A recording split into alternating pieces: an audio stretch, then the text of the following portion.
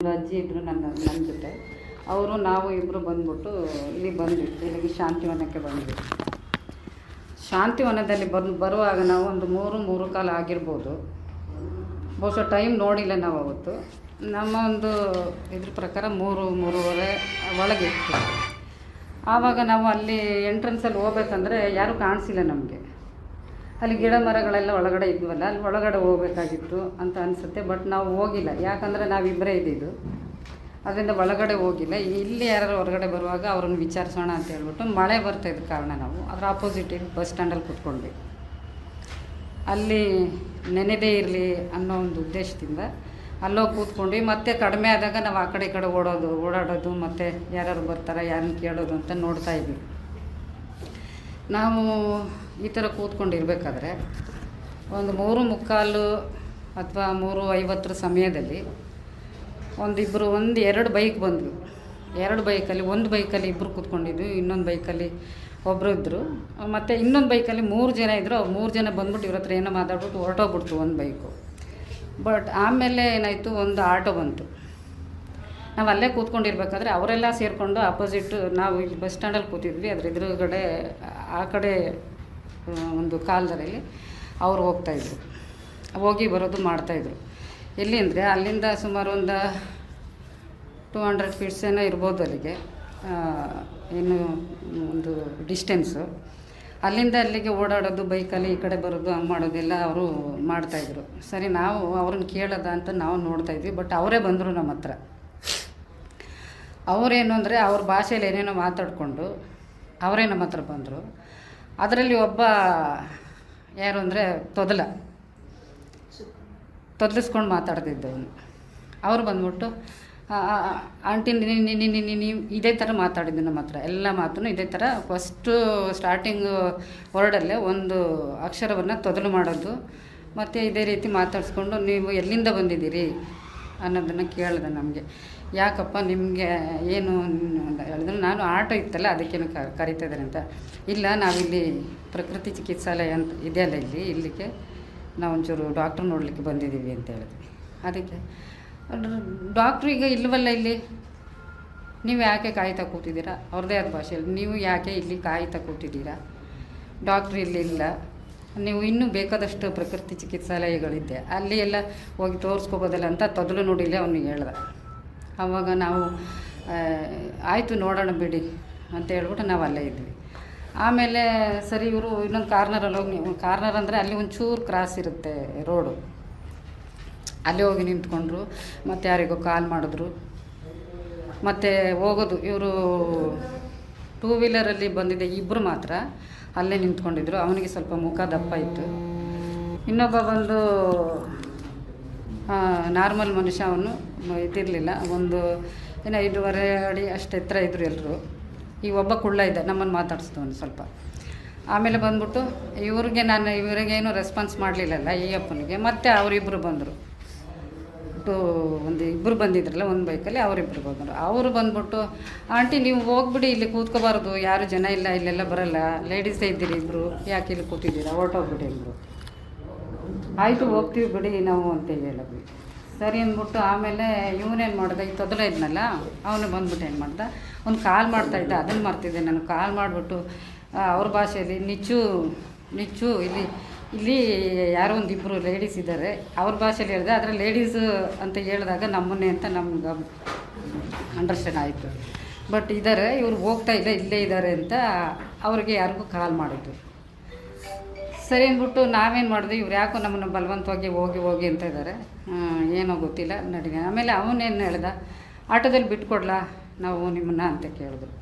ಇಲ್ಲಪ್ಪ, ನಾವಿಲ್ಲಿ ಡಾಕ್ಟ್ರು ನೋಡ್ಬೇಕಂತ ಬಂದಿದ್ದೀವಿ, ನಾವು ಹೋಗ್ತೀವಿ, ನಮಗೆ ಗೊತ್ತಿದೆ, ನಾವು ಬಂದವರಲ್ವ, ಹೋಗ್ತೀವಿ. ಆದರೂ ಇಲ್ಲ ನಡೀರಿ, ನಾವು ಬಿಟ್ಕೊಡ್ತೀವಿ, ನಿಮ್ಮದು ದುಡ್ಡೇನು ಕೊಡಬೇಡಿ ಅಂತೆಲ್ಲ ಹೇಳಿದ್ರು. ಬಟ್ ಇವರು ದುಡ್ಡು ಕೊಡಬೇಡಿ ಅಂತ ಹೇಳಿದಾಗ ನಾವು ಸ್ವಲ್ಪ ಡೌಟ್ ಬಂತು. ನಾವೇನು ಇವ್ರಿಗೆ ಪರಿಚಯ ಇದ್ದವರಲ್ಲ ಅಂಥದ್ದಿಲ್ಲ, ಇವ್ರು ಯಾಕೆ ದುಡ್ಡು ಕೊಡಬೇಡಿ ಅಂತ ಹೇಳ್ತಾರೆ ಅಂತ ಹೇಳ್ಬಿಟ್ಟು ನಾವೇನು ಮಾಡಿದ್ವಿ. ಸರಿ ಅಂದ್ಬಿಟ್ಟು ಹಿಂಗೆಲ್ಲ ಹೇಳ್ಬಿಟ್ಟು ನಾವು ಹೋಗಲಿಲ್ಲ ಅಂತೇಳಿ ಅವ್ರವ್ರೆ ಮಾತಾಡಿಕೊಂಡು, ಆಮೇಲೆ ಮತ್ತೆ ಇನ್ನೊಬ್ರು ಕಾಲ್ ಮಾಡಿದ್ರು. ಅದೇ ಅವ್ರಿಗೇನೆ ನಿಚ್ಚು ಅಂತ ಹೇಳ್ಬಿಟ್ಟು ಅವರು ಮಾತಾಡ್ತಿದ್ರು. ಇದನ್ನು ನಾನು ಮರ್ತಿದ್ದೆ. ಆಮೇಲೆ ನನಗೆ ಫ್ಲಾಶ್ ಆಯಿತು. ಆಮೇಲೆ ಅವರು ಅಲ್ಲಿಂದ ಏನು ರಿಪ್ಲೈ ಬಂತೋ ಗೊತ್ತಿಲ್ಲ, ಇವರೆಲ್ಲ ಸ್ಪ್ರೆಡ್ ಆದರು, ಆ ಕಡೆ ಈ ಕಡೆ ಹೊರಟೋದ್ರು. ಹೊರಟೋಗಿ ಏನು ಮಾಡಿದ್ರು ಅಂದರೆ ಅಲ್ಲಿ ಒಂದು ಸುಮಾರು ಅದೇ ಇಲ್ಲಿಂದ ನಾವು ಗೇಟಿಂದ ಇಲ್ಲಿವರೆಗೆ ಬಂದ್ವಲ್ಲ, ಮೇಯ್ನ್ ಗೇಟಿಂದ ಇಲ್ಲಿವರೆಗೆ ಬಂದ್ವಲ್ಲ, ಅಲ್ಲಿಂದ ಸ್ವಲ್ಪ ಇನ್ನೊಂಚೂರು ಮುಂದೆ ಅನಿಸುತ್ತೆ, ಅಲ್ಲೋಗಿ ವೆಯ್ಟ್ ಮಾಡ್ತಿದ್ರು ಅಲ್ಲಿ. ಆಮೇಲೆ ಅದಕ್ಕಿಂತ ಮುಂಚೆನೇ ಇವ್ರು ಹೋಗುವಾಗ ಇನ್ನೊಬ್ಬ ವ್ಯಕ್ತಿ ಅಲ್ಲಿಗೆ ಸೇರಿಕೊಂಡ. ಅವನು ಅಂದರೆ ಅಲ್ಲೇ ಇದ್ದ ಮೋಸ್ಟ್ಲಿ ಅವನು ಅಂತ ಅನಿಸುತ್ತೆ, ಅಂದರೆ ಕುಳ್ಳಿಗೆ ದಪ್ಪಗೆ ಒಂದು ವ್ಯಕ್ತಿ ಇದ್ದವನು, ಅವನು ಲುಂಗಿ ಹಾಕ್ಕೊಂಡಿದ್ದು. ಸರಿ ಇವರೆಲ್ಲ ಯಾಕೋ ನಾನು ಆ ಕಡೆ ಎಲ್ಲ ನೋಡಿದೆ, ಆಟೋನ ಹೋಗಿ ಅಲ್ಲಿ ನಿಂತ್ಕೊಂತು, ಆಟೋ ಹೋಗಿ ಅಲ್ಲಿ ನಿಂತ್ಕೊಂಡು ಮತ್ತೆ ಮುಂದಕ್ಕೆ ಹೋಗ್ತು, ಮತ್ತು 2 ಬೈಕ್ಗಳು ಅಲ್ಲೇ ನಿಂತ್ಕೊಂಡ್ವು. ಬಟ್ ಇವರೆಲ್ಲರೂ ಅಲ್ಲಿ ಸೇರಿಕೊಂಡಾಗ ನಾವೇನು ಮಾಡಿದ್ವಿ, ನಮ್ಮ ಅಜ್ಜಿ ಇದ್ರಲ್ಲ ಅವ್ರಿಗೊಂದು ನೇಚರ್ ಕಾರ್ ಬಂತಂತ ಹೇಳ್ಬಿಟ್ಟು ಒಂದು ಸೈಡಲ್ಲಿ ಮರ ಇತ್ತು, ಅಲ್ಲಿ ಆ ಮರದ ಹತ್ರ ಹೋಗೋಣ ಅಂತ ಹೇಳಿದ್ರು. ಅವರಲ್ಲಿ ಕೂತ್ಕೊಂಡ್ರು. ಅಲ್ಲಿ ಹೋದಾಗ ನಾನು ನಿಂತ್ಕೊಂಡಾಗ ಜೋರಾಗಿ ಕರ್ಕಶವಾಗಿ ಕೂಗೊಂದು ಸೌಂಡ್ ಬಂತು ನನಗೆ. ಆ ಸೌಂಡ್ ಬಂದಾಗ ಮರದ ಕಡೆ ಈ ಕಡೆ ತಿರುಗಿ ನೋಡಿದಾಗ ಅಲ್ಲಿ ಒಂದು ಕಾರ್ ಬಂತು, ಬೂದು ಬಣ್ಣದ ಕಾರ್ ಬಂತು, ದೊಡ್ಡ ಕಾರು, ಒಳ್ಳೆ ಕಾರು. ಅಲ್ಲಿ ಬಂದಾಗ ಅಲ್ಲಿ ಒಂದು ಅಂದರೆ ಅದಕ್ಕಿಂತ ಮುಂಚೆನೇ ಏನಾಯಿತು ಅಂದರೆ, ನಾವಿಲ್ಲಿ ಬಂದಾಗ ಇವರು ಬರೋಕ್ಕೆ ಮುಂಚೆನೇ ಇವರು ನಮ್ಮನ್ನು ಮಾತಾಡಿಸಿ ಅಲ್ಲಿಗೆ ಹೋದ್ಮೇಲೆ ಹುಡುಗಿ ಛತ್ರಿ ಹಿಡ್ಕೊಂಡು ಹೋದ್ಲು. ಒಂದು ಹುಡುಗಿ ಛತ್ರಿ ಹಿಡ್ಕೊಂಡು ಹೋಗಿದ್ದು. ಆ ಹುಡುಗಿನ ನಾವು ನೋಡಿದ್ವಿ. ನಾನು ನೋಡಿದೆ ಏನಕ್ಕೆ ಅಂದರೆ, ಆ ಹುಡುಗಿ ನನ್ನ ಸೋದರತ್ತೆ ಮಗಳ ಥರ ಇದ್ಲು ಹುಡುಗಿ. ನೋಡಿ ಕೆಂಚಮ್ಮ, ಅವರು ನಮ್ಮ ಜ್ಯೋತಿ ಥರ ಇದಳಲ್ವ ಹುಡುಗಿ, ನಾನು ಹಂಗೆ ಅನ್ಕೊಬಿಟ್ಟೆ ಅಂತ ಅಂದ್ಬಿಟ್ಟು ಅವ್ರ ಹತ್ರನೂ ಕೂಡ ನಾನು ಹೇಳಿದೆ. ಆವಾಗ 1-2 ಸೆಕೆಂಡ್ ಆ ಹುಡುಗಿನೇ ನೋಡಿದೆ, ಚೆನ್ನಾಗಿದ್ಲು ಹುಡುಗಿ ಅಂತ ಅಬ್ಸರ್ವ್ ಮಾಡಿದೆ. ಆಮೇಲೆ ಸರಿ ಇವರೆಲ್ಲ ಹೋದರು, ಅಂದರೆ ಅವ್ರು ಮುಂಚೆನೇ ಹೊರಟೋಗ್ಬಿಟ್ರು. ಇವಳು ಬರ್ತಾಯಿದ್ದಾಳೇನೋ ಮೆಸೇಜ್ ಬಂತೇನೋ, ಅವ್ರು ಅಲ್ಲಿಗೆ ಆ ಕಡೆ ಹೊರಟೋಗ್ಬಿಟ್ರು, ಇಲ್ಲಿ ಬಿಟ್ಟು, ಈ ಜಾಗ ಬಿಟ್ಟು. ಸರಿ ನಾವು ಈಗ ಈ ಕಡೆ ಹೋದ್ವಲ್ಲ ಮರದ ಹತ್ರ, ಆಮೇಲೆ ಹೋಗಿದ್ದು. ನಾವು ಹೋದಾಗ ಒಂದು ಸೌಂಡು ಜೋರಾಗಿ ಅಪ್ಪ ಅಮ್ಮ ಅಂತಲೇ ಏನೋ ಒಂದು ಸೌಂಡ್ ಬಂತು. ಬರುವಾಗ ನಾನು ಹಿಂಗೆ ತಿರುಗಿ ನೋಡಿದೆ, ಇಲ್ಲಿ ಹೋಗಿದ್ದು ಹುಡುಗಿನೇ ಅಲ್ಲಿ ಇನ್ನು ಬಲ ಹುಡುಗಿ ಈ ಥರ ಜಡಿ ಮುಡಿ ಆಡ್ತಾ ಇದ್ದಾಳೆ. ಬಟ್ ಅವರು ಎಳಿತಾ ಇದ್ದಾರೆ. ಆಮೇಲಿಂದ ಹುಡುಗಿ ಛತ್ರಿ ಕೆಳಗಡೆ ಬೀಳ್ತು, ಮತ್ತು ಒಂದು ಖರ್ಚಿಪೋ ಏನಕ್ಕೆ ಈ ಹುಡುಗಿ ಕಡೆಯಿಂದ ಬೀಳ್ತು, ಅವ್ರ ಕೈಲೇ ಇತ್ತು, ಅದು ಗೊತ್ತಿಲ್ಲ. ಆಮೇಲೆ ಹುಡುಗಿ ಕೈನ ಹಿಂದಗಡೆ ತಿರುಗೋದ್ರು. ಅದಾದಮೇಲೆ ಏನೋ ಗೊತ್ತಿಲ್ಲ, ಬಾಯಿ ಮುಚ್ಚಿದ್ರೋ ಏನು ಮುಚ್ಚಿದ್ರೋ ಗೊತ್ತಿಲ್ಲ, ಸೌಂಡ್ ಬರಲಿಲ್ಲ. ಬಟ್ ನಾನು ಆ ಕಡೆ ಓಡ್ತಾಯಿದ್ದೆ, ಇನ್ನೊಂದು ಅಷ್ಟು ದೂರ ಹೋಗಬೇಕು. ಅಷ್ಟರಲ್ಲಿ ಹುಡುಗಿನ ಕಾರೊಳಗೆ ದಬ್ಬಿದ್ರೆ ಆಟೋಳಿಗೆ ದಬ್ಬಿದ್ರು ಗೊತ್ತಿಲ್ಲ. ಆದರೆ ಆ ಕಾರು ಫಸ್ಟ್ ಹೋಯ್ತು, ಆಮೇಲೆ ಕಾರಿಂದ ಆಟೋ ಹೋಯ್ತು, ಪಾಸಾಗ್ಬಿಟ್ಟಾಗ ಇನ್ನೊಬ್ಬ ಅಲ್ಲಿ ಇದ್ದ, ಅವನು ಅದೇ ತಪ್ಪಿಗೆ ಕುಳ್ಳಿಗೆ ಇದ್ನಲ್ಲ ವ್ಯಕ್ತಿ, ಅವನನ್ನು ಕೇಳಿದೆ ನಾನು, ಏನು ಈ ಥರ ಎಲ್ಲ. ಅವನು ಈ ಕಡೆ ನಾವು ಬಂದುಬಿಡ್ತೀವಿ ಅನ್ನೋ ಒಂದು ಉದ್ದೇಶದಿಂದ ಅವನಲ್ಲಿ ವೆಯ್ಟ್ ಮಾಡ್ತಿದ್ದಾನೆ. ಅವರು ಹೊರಟೋದ್ಮೇಲೆ ಇವನು ಬಂದ್ಬಿಟ್ಟು ನಮ್ಮನ್ನು ಕೇಳ್ದೆ. ಇವನು ಬರ್ತಾಯಿದ್ದ, ನಾನು ಅವನನ್ನು ಕೇಳಿದೆ, ಅಲ್ಲ ಹುಡುಗಿ ಯಾಕೆ ಹಂಗೆ ಆ ಥರ ಕಿರ್ಚ್ಕೊಂತು, ಮತ್ತು ಅವರೆಲ್ಲ ಸೇರಿಕೊಂಡು ಈ ಥರ ಮಾಡಿದ್ರು, ಹುಡುಗಿಗೆ ಯಾವ ಕಡೆ ಹೋಯ್ತು, ಎಲ್ಲಿ ಹೋಯ್ತು, ಏನಾಯಿತು ಅಂತ ನಾವು ಕೇಳಿದ್ವಿ. ಇಲ್ಲ, ಅದು ಅವ್ರ ಮನೆಯಿಂದ ಏನೋ ಬೇಜಾರಲ್ಲಿ ಬಂದಿತ್ತು, ಅದಕ್ಕೆ ಅವರು ಅವ್ರ ಮನೆಯವರು ಬಂದು ಕರ್ಕೊಂಡು ಹೋದ್ರು ಅಂತ. ಕರ್ಕೊಂಡು ಹೋಗೋಕೆ ಯಾಕೆ ಇಷ್ಟೊಂದೆಲ್ಲ ಏನು ಮಾಡಿದ್ರು, ಮತ್ತು ಜೋರಾಗಿ ಕಿರ್ಚ್ಕೊಂಡ್ಲವಳು. ಬೇಜಾರಿಂದ ಬಂದರೆ ಅವ್ರ ಮನೆಯವರೇ ಬಂದಿರೋರು ಆಗಿದ್ರೆ ಕಿರ್ಚ್ಕೊಳ್ಳೋ ಅವಶ್ಯಕತೆ ಇಲ್ಲ ಅಂತ ಕೇಳಿದಾಗ, ನಿಮಗೆ ಯಾಕೆ ಬೇಕು ಅದು, ನೀವು ಯಾವ ಊರು, ನೀವು ಎಲ್ಲಿಂದ ಬಂದ್ರಿ, ನೀವು ಸುಮ್ಮನೆ ಹೋಗಿ, ನಿಮಗೆ ಯಾಕೆ ಬೇಕದೆಲ್ಲ ಅಂತ ಆಯಪ್ಪ ಹೇಳ್ದೆ, ಕುಳ್ಳಗೆ ಇದ್ದವನು. ಸರಿ ನಾವು ಹಂಗೆ ಹೇಳ್ಬಿಟ್ಟು ಸ್ವಲ್ಪ ಹೊತ್ತಲ್ಲೇ ನಿಂತಿದ್ದೀವಿ, 1-2 ಸೆಕೆಂಡ್ ಆ ಕಡೆನೇ ನೋಡ್ತಾ, ಆ ಕಡೆ ಈ ಕಡೆ, ನೀವು ಹೋಗಿ ಈಗ ಅಂತ ಅವನು ಹೇಳ್ದೆ.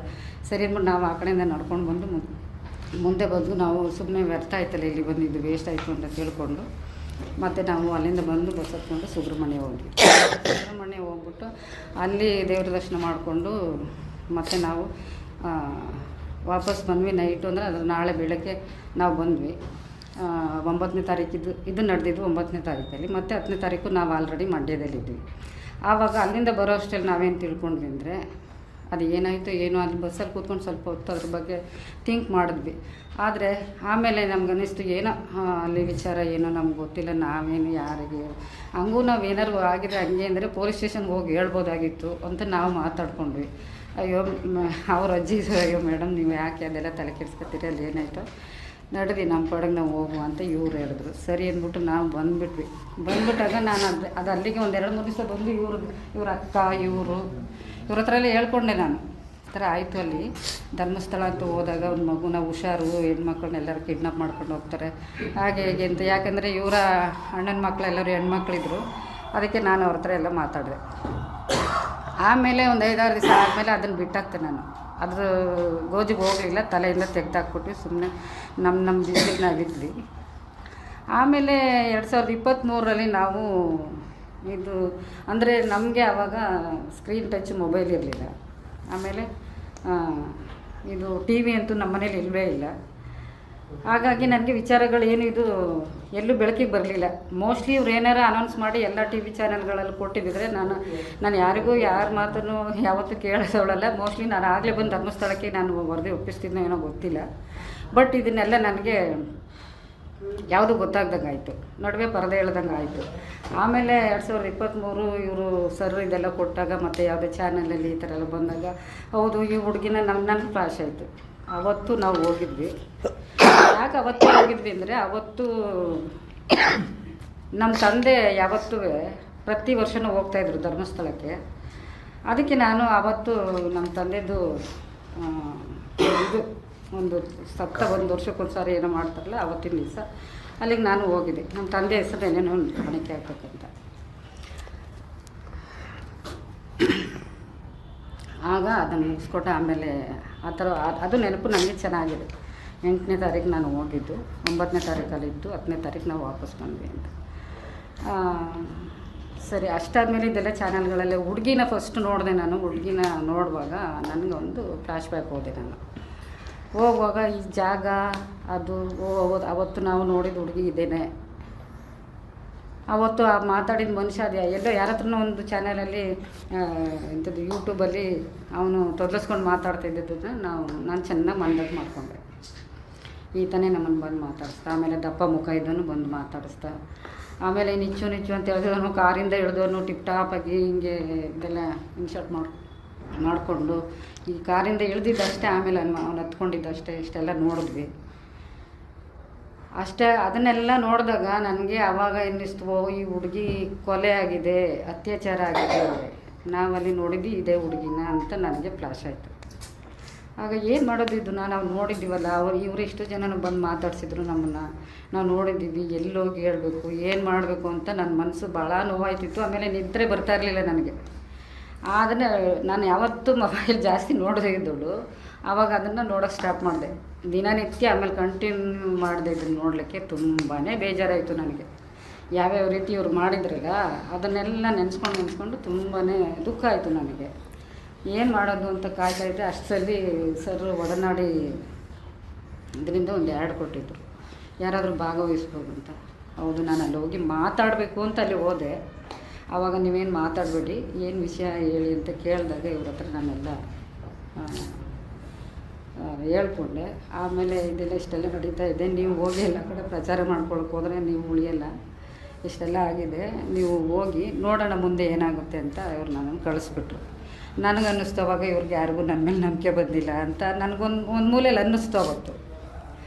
ಆವಾಗ ಇರಲಿ ಬಿಡು ಅಂದರೆ ಇವತ್ತಿನ ಕಾಲ ಇದೇನೆ, ಸತ್ಯ ಯಾರು ಕಂಡ್ರೂ ಕಾಣಲ್ಲ ಅಂತ ಇರಬೇಕು, ಕಂಡಿಲ್ಲ ಅಂತ ಇರಬೇಕು. ಅಂಥ ಪರಿಸ್ಥಿತಿಲಿ ನಾನೊಬ್ಳು ಬಂದು ಹೇಳಿದಾಗ ಇವರು ಇದನ್ನು ಅಷ್ಟೊಂದು ಇದು ಮಾಡ್ತಾಯಿಲ್ಲ ಅಂದಾಗ ಏನು ಮಾಡೋಕ್ಕಾಗಲ್ಲ ಅಂತ ನಾನು ಬಂದೆ. ಆಮೇಲೆ ಬಂದ ಮೇಲೆ ನಮ್ಮ ಪಾಡಿಗೆ ನಾವು ಸುಮ್ಮನಿದ್ವಿ. ಅದು ಇತ್ತೀಚೆಗೆ ಇವಾಗ ಹಿಂಗೆಲ್ಲ ಆಗ್ತಾ ಇರಬೇಕಾದ್ರೆ SIT ರಚನೆ ಆಗಿದೆ. ಹಿಂಗೆಲ್ಲ ಮಾಡುವಾಗ ಭಯ ಏನೂ ಇರೋಲ್ವಲ್ಲ. ಇವಾಗ ಒಂದು ವೇಳೆ ಹಂಗೆ ಭಯ ಇದ್ದರೂ ಕೂಡ ಸತ್ಯನ ಮರೆಮಾಚೋದ್ರಲ್ಲಿ ಏನೂ ಅರ್ಥ ಇಲ್ಲ. ನಾವಾದರೂ ಎಷ್ಟು ದಿವಸ ಬದುಕಿರ್ತೇವೆ ಇಲ್ಲಿ. ಇಂಥ ಒಂದು ಘಟನೆಯನ್ನು ಬೆಳಕಿಗೆ ತರುವಾಗ ನಾವು ಅದರಿಂದ ನಮಗೊಂದು ಸಾವಾದರೂ ಅಥವಾ ಇನ್ನೊಂದಾದರೂ ಅದ್ರಲ್ಲಿ ಭಯ ಪಡುವಂಥದ್ದು ಏನೂ ಇಲ್ಲ. ಯಾಕಂದರೆ ನಮ್ಮ ಕರ್ತವ್ಯಗಳೆಲ್ಲ ಮುಗಿದಿದೆ. ಈಗ ಇನ್ನೂ ಭಯಪಡೋ ಅವಶ್ಯಕತೆ ಇಲ್ಲ. ಇಂಥದ್ದನ್ನು ನೋಡಿರೋರೇ ಇದೇ ಒಂದು ಕಾರಣದಿಂದ ಎಲ್ಲವೂ ಹೈಡಾಗ್ತಾ ಇರೋದು. ಯಾಕೆ ಹೇಳಿ, ಸತ್ಯ ಗೊತ್ತಿದ್ರೂ ದೊಡ್ಡ ವ್ಯಕ್ತಿಗಳೆಲ್ಲ ಇದನ್ನು ಮುಚ್ಚಾಕ್ತಾ ಇರೋ ಕಾರಣ ಇದೆ. ನಾವು ಮುಂದೆ ಹೋದರೆ ಏನಾಗುತ್ತೋ, ಇಲ್ಲ ನಮಗೇನು ಸಿಕ್ಕರೆ ಅದ್ರಲ್ಲಿ ನಾವು ಇನ್ನೂ ಚೆನ್ನಾಗಿ ಬದುಕ್ಬೋದು. ಈ ಒಂದು ಮೆಂಟಾಲಿಟಿ ಇಟ್ಕೊಂಡಿರುವಂಥ ಚೀಪ್ ಜನಗಳು ಇವಾಗ ಇರೋದ್ರಿಂದ ಇದು ಯಾವುದು ಬೆಳಕಿಗೆ ಬರ್ತಾಯಿಲ್ಲ. ಇದನ್ನು ನಾನು ಏನೋ ಸರ್ ಕರೆದ್ರು ಬಂದಿದ್ದರು, ನಾನು ಹೇಳ್ಕೊಂಡೆ.